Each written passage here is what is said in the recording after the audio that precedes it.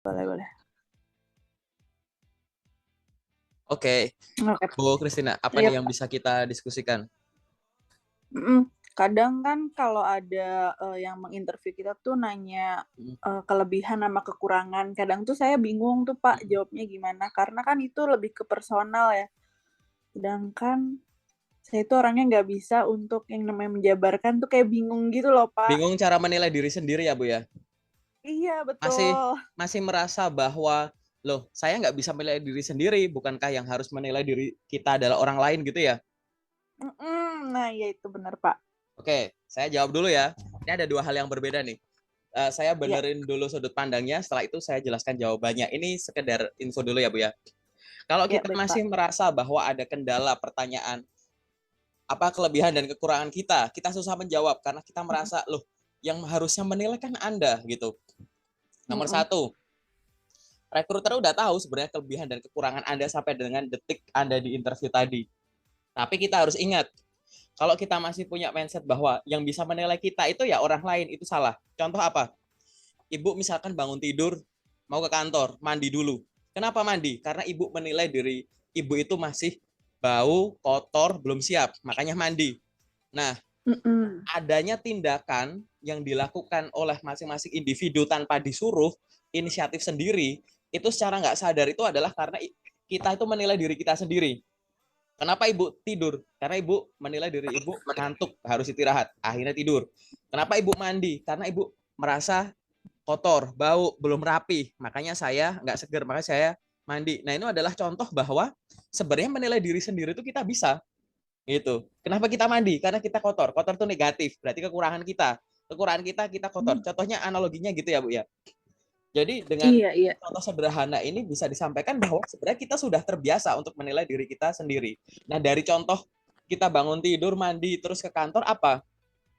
Kita harus tahu dulu, selain kita bisa menilai diri kita sendiri, yang nomor dua, pada dasarnya itu ngapain sih kok ditanya pertanyaan semacam itu? Jadi semacam ini, Bu.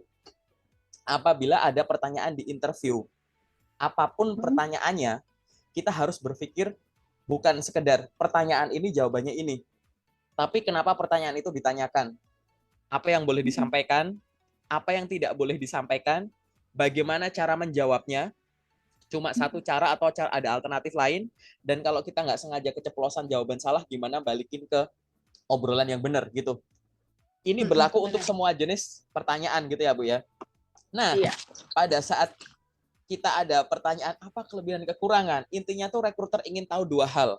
Yang pertama, kita tuh punya kesadaran diri nggak sih? mhm, Anda sadar nggak kalau Anda itu punya kelebihan? Anda sadar nggak kalau Anda punya kekurangan? Sama kayak tadi, Anda nggak bakalan mandi kalau Anda nggak ngerasa Anda masih kotor atau belum siap. Anda nggak bakalan dandan kalau Anda udah ngerasa kayak ini tuh udah bagus gitu. Nah, hal-hal semacam itu. Kita punya kesadaran diri tidak kalau kita punya kelebihan atau kekurangan. Yang kedua, setelah kita menyadari kelebihan atau kekurangan kita ambil tindakan apa? Nah, gitu. Ini penting di industri, penting nggak? Penting banget. Banyak orang itu kan melakukan tindakan karena ada tujuan. Oke, iya, tapi tujuan ini bisa juga diartikan sebagai kesadaran. Karena kita tahu kita begini, makanya kita ngelakuin ini. Karena kita tahu kita aus, makanya kita minum. Nah, gitu-gitu. Analogi paling gampang lah di kehidupan sehari-hari. Sehingga 2 hal inilah yang sebenarnya ingin diketahui dari kandidat. Nah, untuk menjawab apa mmm, kelebihan dan kekurangan gitu, mhm, dikondisikan berdasarkan pertanyaannya. Apabila memang di sana pertanyaannya itu sifatnya menyebut angka, sebutkan 3 kelebihan dan 3 kekurangan, maka silahkan disampaikan. Tapi kalau misalkan pertanyaannya hanya Ibu Kristina bisa dijelaskan apa kelebihan dan kekurangannya gitu, mhm, masing-masing satu boleh, lebih dari satu juga boleh. Intinya iya, adalah tadi, oke? Nah, kita bahas satu-satu. Kalau ditanya apa kelebihan kita, mhm, maka berfokuslah pada yang ada di CV. Ini adalah saatnya kita menunjukkan unique value proposition kita.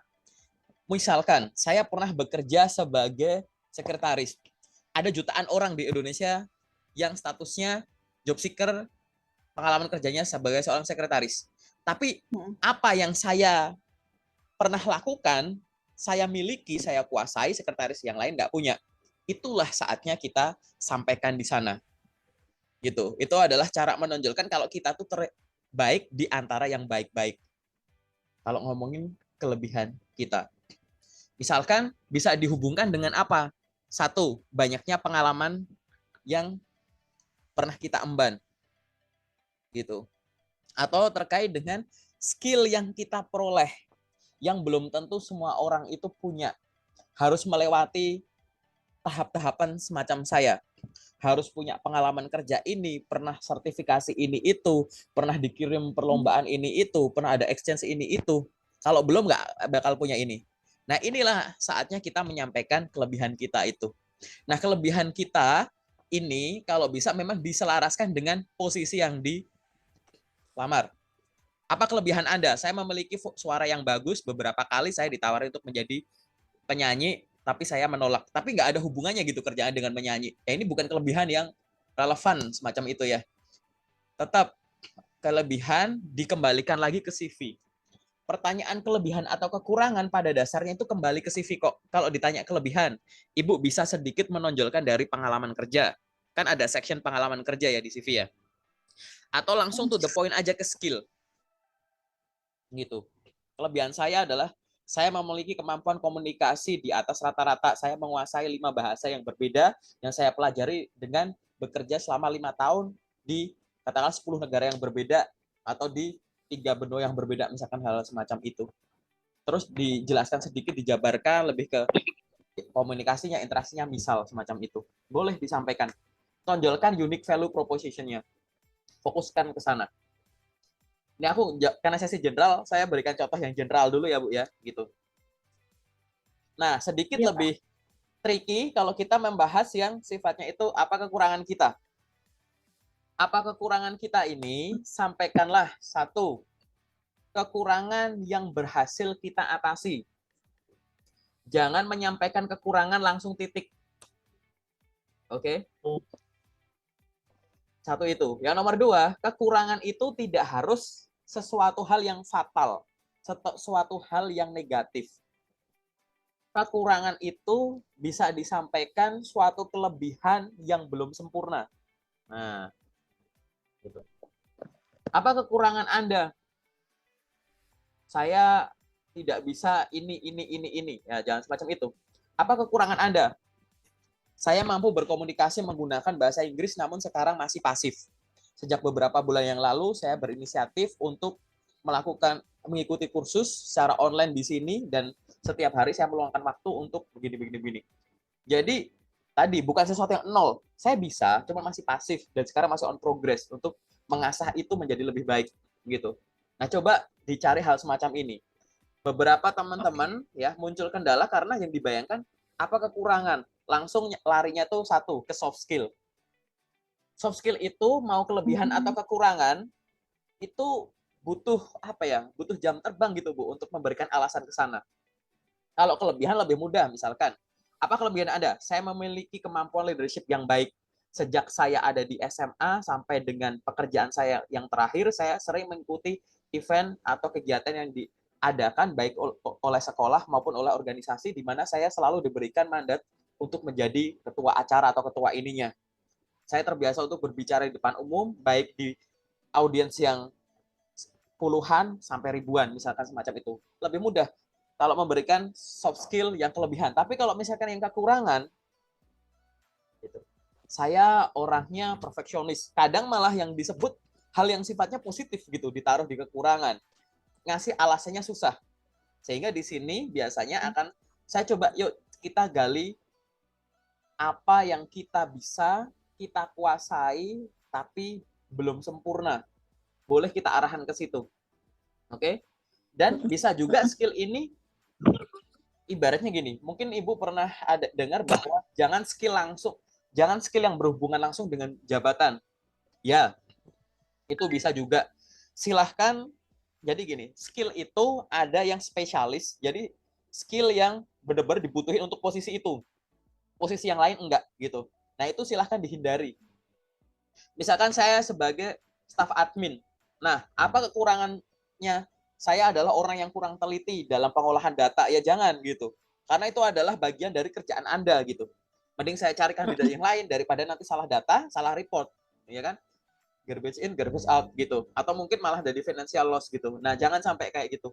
Jadi coba cari bukan yang skill yang sifatnya teknis, tapi yang supporting, yang seperti tadi, bahasa, misalkan kemampuan bahasa.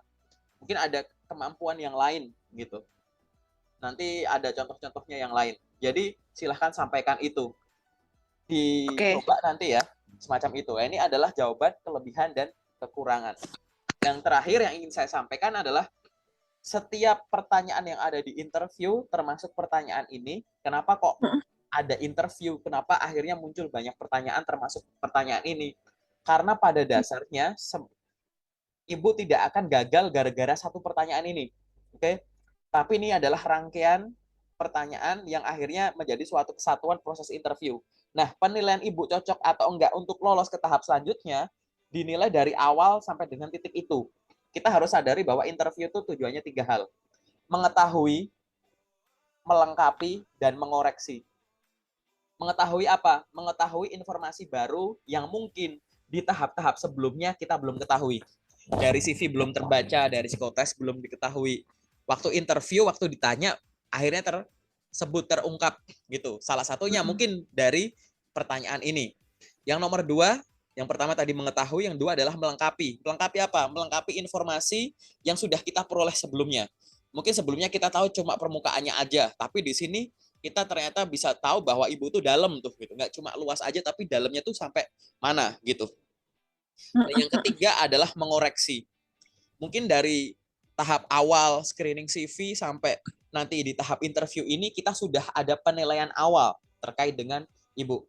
Tapi mungkin dengan di interview ini, mungkin di pertanyaan ini atau pertanyaan yang lain, akhirnya ada sesuatu yang kita koreksi. Oh, Bu Christine tuh awalnya saya pikir gini, ternyata begini ya. Oh, ternyata begini. Nah, semacam itu. Jadi ini butuh dipahami dan nanti tinggal dilatih aja sih, Bu. Nah, secara general gitu dulu ya, Bu ya. Semoga sudah ada gambaran lah gitu. Nanti tinggal di sesi detail aja kita praktekkan. Ya. Oke, Pak. Paham, Pak. Oke. Sama ini sih, Pak, ada satu pertanyaan apa lagi tuh, Bu? lagi ya. Kalau misalnya kita ditanya gaji yang diharapkan gitu kan, banyak kayaknya selama saya interview tuh kayaknya mentok di situ deh. Jadi kayak mereka nggak ngerti deh. Mentok di gaji ya? Oke, mentok di gaji. Oke. Menarik sekali ya pertanyaannya ya. Ibu kan berarti sudah punya pengalaman kerja ya, oke? Berarti saya akan jawab. Ada 4 hal yang harus dipertimbangkan sebagai pertimbangan kita untuk ya menyebut gaji. Oke, ada 4 hal ini. Oke. Nah, 4 hal ini apa yang harus kita pertimbangkan? Nomor 1, yang kita inginkan. Jadi Ibu coba iseng tulis sendiri gitu ya. Saya tuh sebulan tuh buat dalam tanda kutip buat hidup tuh butuh berapa kondisi sekarang. Gitu. Oke. Breakdown apapun itu, pengeluaran apapun, kebutuhan apapun, udah tulis aja dulu. Gitu kan. Ya. Nomor 1 yang kita butuhkan real itu berapa? Nomor 2 adalah riset pasar. Ibu mendaftar untuk posisi A. Coba riset di pasar, posisi A itu gajinya tuh berapa? Silahkan riset di small, medium, atau yang udah enterprise yang besar. Kayak gitu. Posisi A di perusahaan ini sama itu kan bisa beda. Sehingga nanti ada estimasinya. Nah, kalau takut salah, coba jangan riset harga tunggal. Tapi riset juga gaji di atasnya. Misalkan Ibu riset sebagai operation supervisor. Mungkin cari gaji di level itu sambil nyari level operation assistant manager atau manager gitu. Jadi untuk sebagai cap-nya, sebagai batas atasnya gitu. Biar kita tahu, oh di perusahaan kecil tuh segini manajerial segini, supervisor segini, manager segini. Oh ya udah ini batasnya segini, nggak bukan segini kalau di gitu. Gunanya apa ya tadi? Untuk membatasi aja. Barangkali yang kita anggap itu gaji level ini ternyata di perusahaan yang lebih kecil ukurannya, company size-nya lebih kecil, tentu itu gaji manajer misalkan. Contoh. gitu ya. Nomor 1 tadi yang Ya. real kita butuhkan, yang nomor 2 harga pasar, yang ketiga UMK atau UMR yang berlaku di daerah tersebut. Gitu. Ini udah banyak yang survei dan lain-lain. Kalau Ibu belum ada datanya nanti saya kirimkan gitu. Silakan riset. Oke. Gitu. Misalnya di Indonesia yang berlaku UMR atau UMK gitu. Kalau selain UMK ya berarti yang berlaku pasti UMR satu provinsi tersebut. Nah, silahkan itu di riset. Setelah itu yang keempat adalah gaji terakhir dong. Gitu. History dong, history. Gaji terakhir atau mungkin gaji terbesar, pokoknya gaji history kita lah. Oke? Kan harapannya adalah memenuhi ini. Kalau bisa malah di atasnya 4 ini. Berdasarkan kebutuhan real hari-hari ya minimum terpenuhi, ke atas ya syukur gitu kan, bagus malahan gitu ya. Berdasarkan riset harga pasar ya minimum segitu ke atas, berdasarkan UMK UMR ya di atas gitu kan, berdasarkan gaji terakhir juga tumbuh misalkan 10, 20, 30 terserah ke atas. Kan masuk di keempatnya ini nih. Nah, gitu. Dari 4 ini pasti nanti ada angka irisan. Gitu. Satu batas bawahnya di sini, satu batas bawahnya di sini, satu batas bawahnya di sini, satu batas bawah di sini. Kalau Ibu ambil batas bawah di sini, ini memenuhi, tapi ini enggak gitu. Nah, harusnya kan memenuhi semua nih. Nah, jadi kita tahu ini masuk, ini masuk, ini masuk, ini masuk. Mana batas bawahnya? Gitu.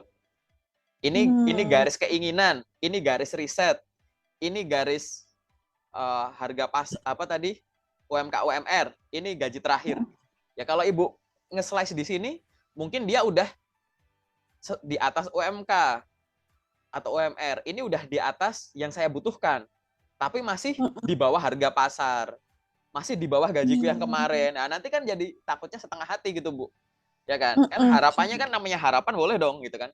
Jadi 4 ini masuk gitu.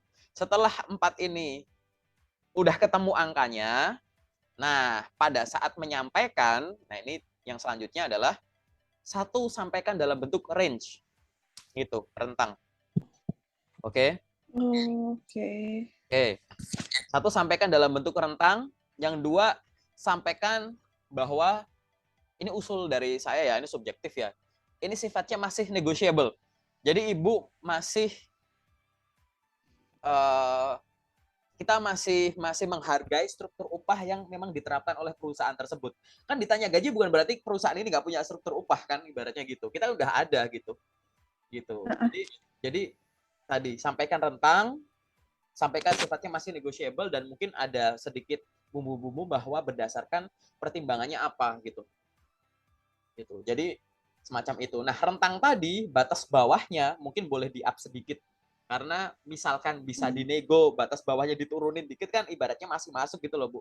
Minimal pahit-pahitnya masih masuk batas bawah yang paling bawah di antara 4 tadi gitu. Gitu. Buat antisipasi aja sih.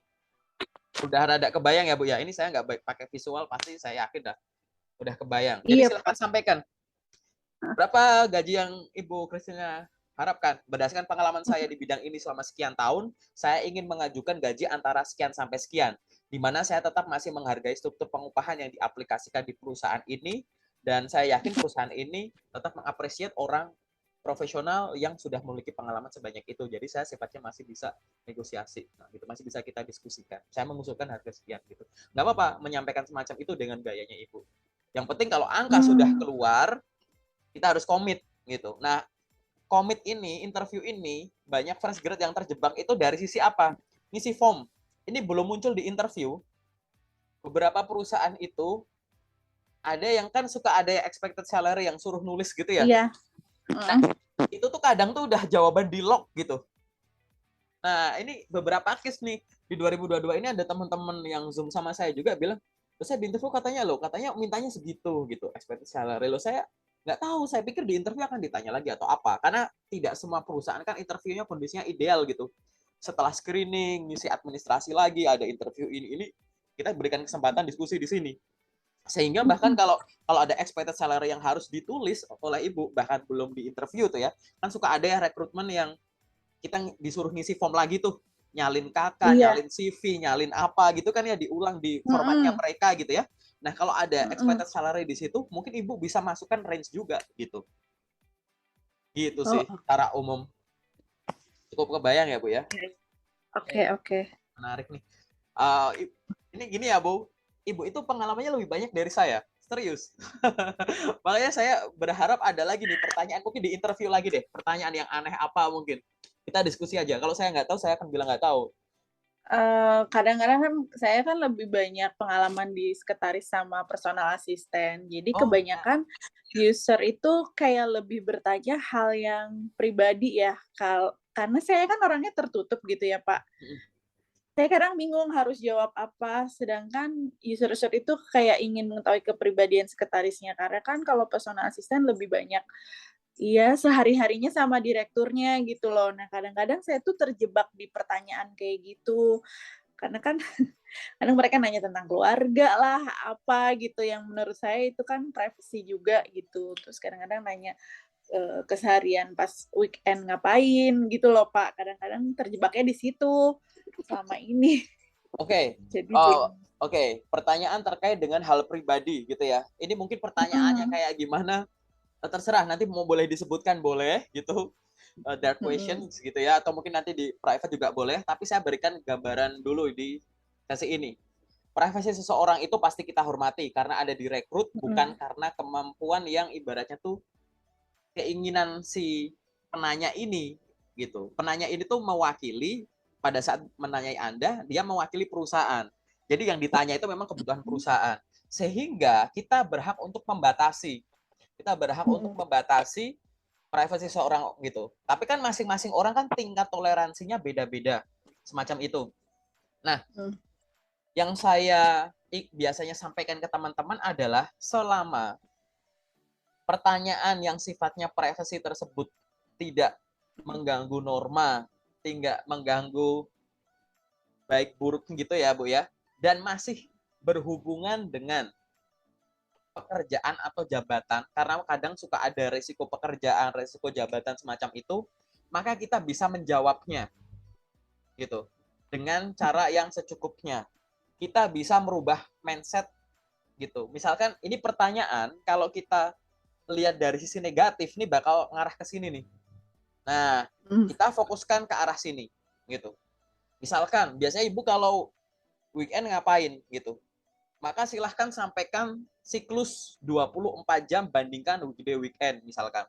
Ada kok nanti kita sharing ya Bu ya. Mungkin nanti kalau Ibu nonton dari YouTube saya pernah ada teman yang ditanya pertanyaan yang sama. Ada lumayan banyak teman-teman sekretaris, personal asisten dan lain-lain yang mengalami ini. Bisa jelaskan nggak kegiatannya 24 jam? Nah, kayak gitu. Itu juga sudah mhm, saya bahas. Nah, ini silahkan sampaikan semacam tadi.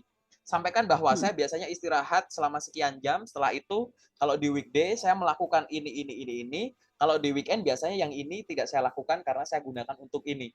Jadi kalau weekend saya lakukan untuk ini. Udah. Jadi kayak perbandingan aja. Perbandingan weekday, weekend nggak masalah semacam itu. Tapi mmm, nanti kalau benar-benar udah deep banget semacam itu, saya kembalikan ke masing-masing gitu. Saya mmm, nggak bisa bahas di sini gitu ya, karena masing-masing orang balik lagi toleransinya beda-beda dan mungkin bagi saya ini pertanyaan masih biasa gitu. Tapi ada orang bilang bahwa oh ini udah terlalu personal banget nih, udah privasi saya loh. Nggak masalah. Itu nggak ada, saya nggak bilang ini salah enggak. Itu masing-masing orang punya batas toleransi yang beda-beda, Bu. Ada limitnya, ada thresholdnya yang beda-beda gitu. Jadi dipersilahkan semacam itu. Nah, nanti di sesi detail aja, Bu. Atau mungkin di sekarang ada contoh pertanyaan yang mungkin kurang berkenan atau yang ngerasa aneh, ya nggak apa-apa kalau mau disebut. Tapi kalau nggak, di sesi detail aja gitu, nggak masalah. Nanti kita nanti bahas. aja deh Pak di situ. Oke. Pak ini kan, berhubungan sama kondisi sekarang ya. Hmm. Jadi banyak tuh kita udah, kayak company-nya udah kayak merasa cocok sama kita gitu. Kita udah sebutin range gajinya mau segini-segini, tapi pada akhirnya keputusannya adalah mereka kayak yang memutuskan sendiri, eee, "Gaji kamu segini," gitu. Terus kadang-kadang, kayak kurang sreg gitu loh, Pak, kayak mau nolak tapi butuh kerjaan gitu, Pak. Jadi kadang gimana ya menyampaikannya?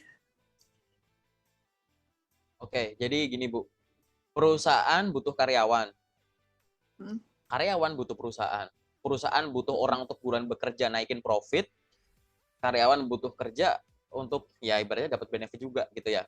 Nah masalahnya mhm, begini Bu, Ibu bukan kandidat tunggal. mmm, Perusahaan itu bukan perusahaan tunggal yang buka vacancy. Nah, gitu kan.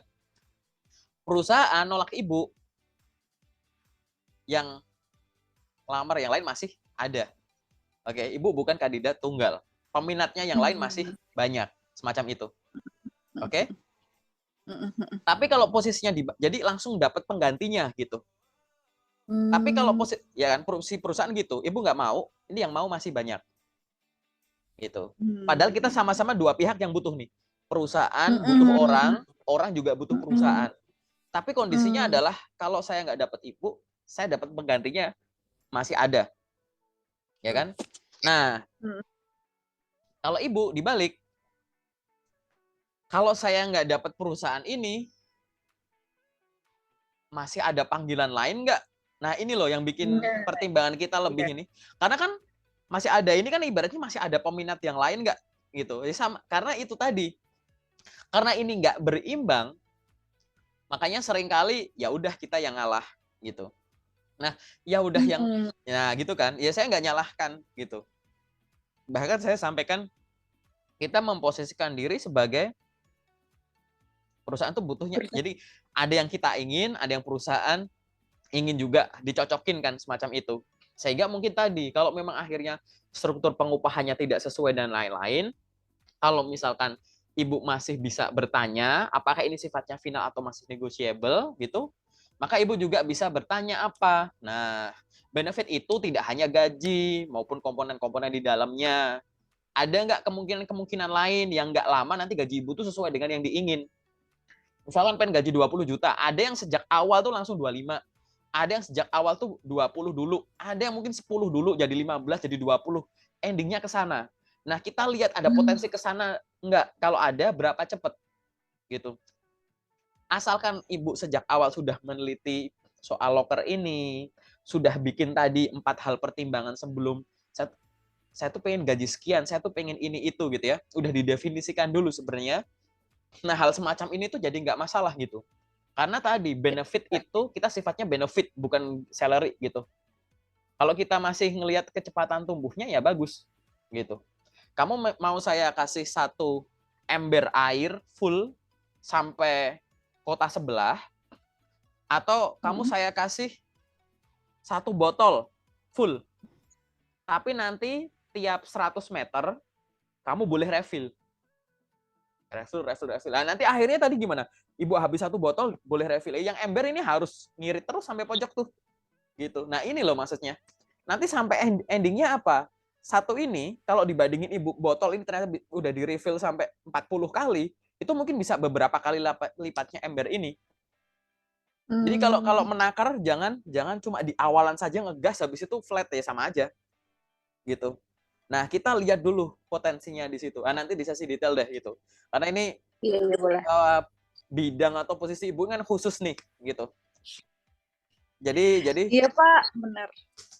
Nggak apa-apa gitu. Pak, boleh satu lagi nggak pertanyaan terakhir? Boleh. Apa tuh? Saya mau nanya, kan saya kan di pengalaman CV saya kan sering berganti-ganti pekerjaan dengan bidang yang berbeda.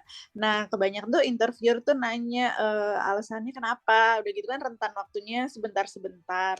Mereka nanya kenapa kok pindah-pindah gitu. Kadang saya bingung jawabnya, padahal waktu itu karena alasannya nggak sesuai passion dan waktu itu kondisinya tuh emang pandemi kan naik turun ya Pak. Banyak perusahaan tuh kadang-kadang cuman kontrak 3 bulan udah stop gitu kan.